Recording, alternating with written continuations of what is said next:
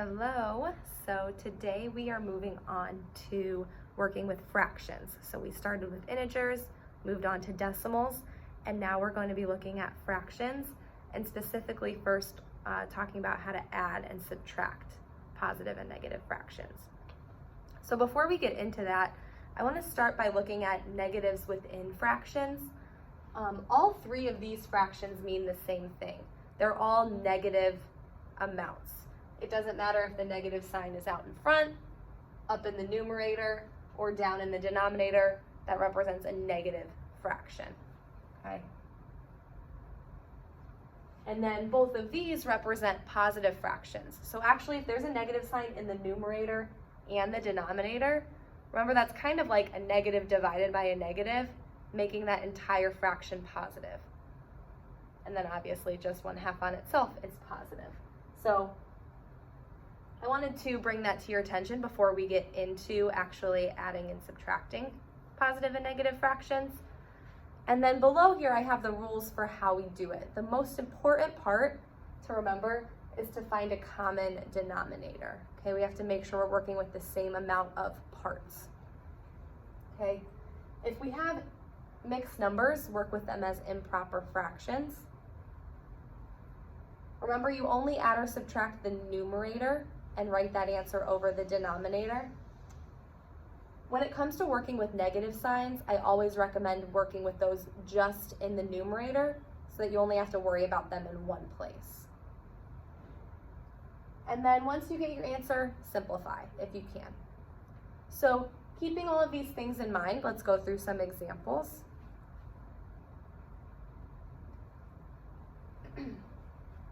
Remember, our first step is to get a common denominator, and we do that by finding the least common multiple. So the least common multiple between 4 and 5 would be 20. So we want to get each of these fractions to have a denominator of 20.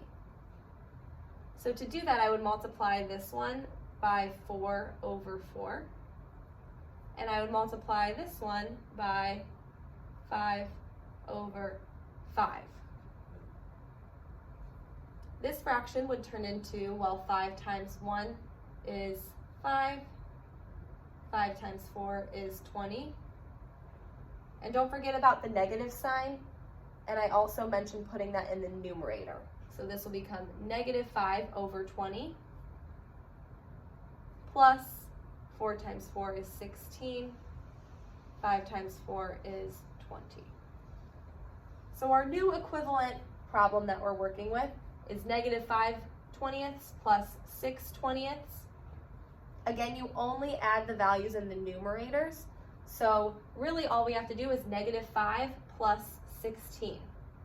Okay, hopefully you remember, going back to adding integers, different signs, we subtract, keep the sign of the larger, giving us 11 in the numerator. Write your answer over the denominator, and that can't be simplified, so that's our final answer, 11/20.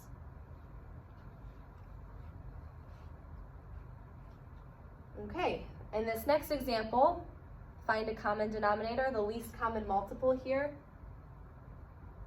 is 18. Okay, so I don't have to change that fraction, but this one will need to get to 18, so I'll multiply it by 3/3 to get there. When I rewrite this first fraction, I'm going to rewrite it with the negative sign up in the numerator. And then our second fraction turns into -15/18.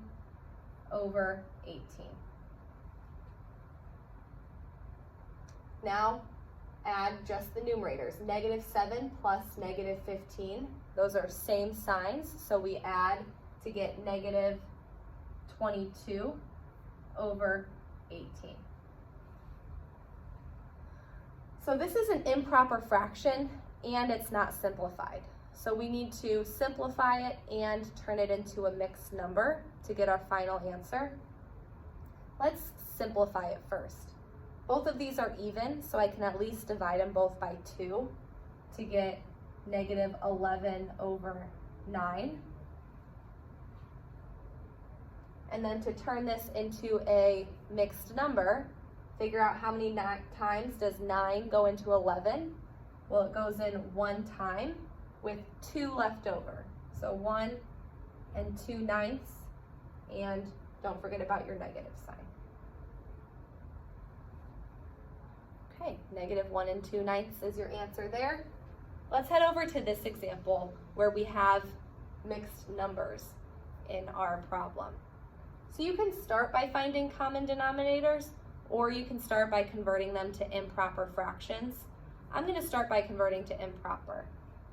So -1 and 1/3. Remember, the shortcut to make this improper is to do 1 times 3 plus 1 to get our new numerator.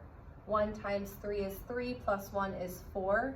So this becomes 4/3. And don't forget the negative sign. So -1 and 1/3 becomes -4/3. Plus 2 and 1/5 becomes 11/5, because 2 times 5 is 10, plus 1 is 11. Now we need to get a common denominator here. The least common multiple is 15. So I want to get both of these to have denominators of 15. I'll multiply this one by 5/5 and this one by 3/3 to get -20/15 and plus 33/15. So then from here, only add the values in the numerators, -20 plus 33. These are different signs, so I'll subtract and get 13/15 final answer. I know there's a lot to keep track of here, so make sure when you're solving these problems that you write everything really nice and neat so that your numbers stay organized. All right, our next problem, 2/5 minus 1/2. Remember, anytime you see subtraction, especially when it comes to fractions, I like to just change it to addition right away. So instead of minus 1/2, let's make it plus -1/2. Means the same thing.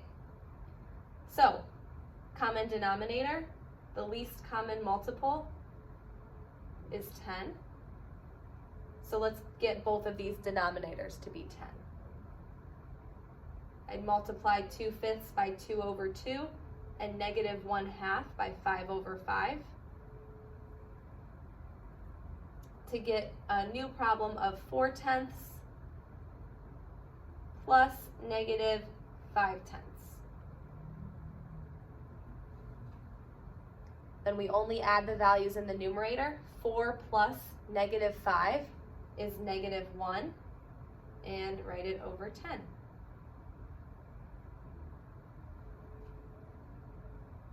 All right, and let's do one more. Again, it's a subtraction problem, so turn it into addition. Instead of subtracting 3/4, I can add -3/4. Simple as that. And our least common multiple for our common denominator between 6 and 4 is going to be 12. So to get to 12 here, I'll multiply by 2/2, and here 3/3. Kind of running out of room here. So this would become -2/12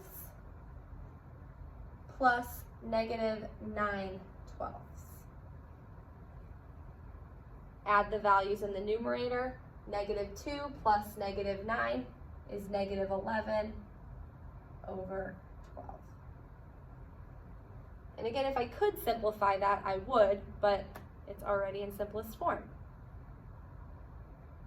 So, your turn to practice. Again, try and keep everything nice and neat and organized. I know there's a lot going on here, but do your best and good luck.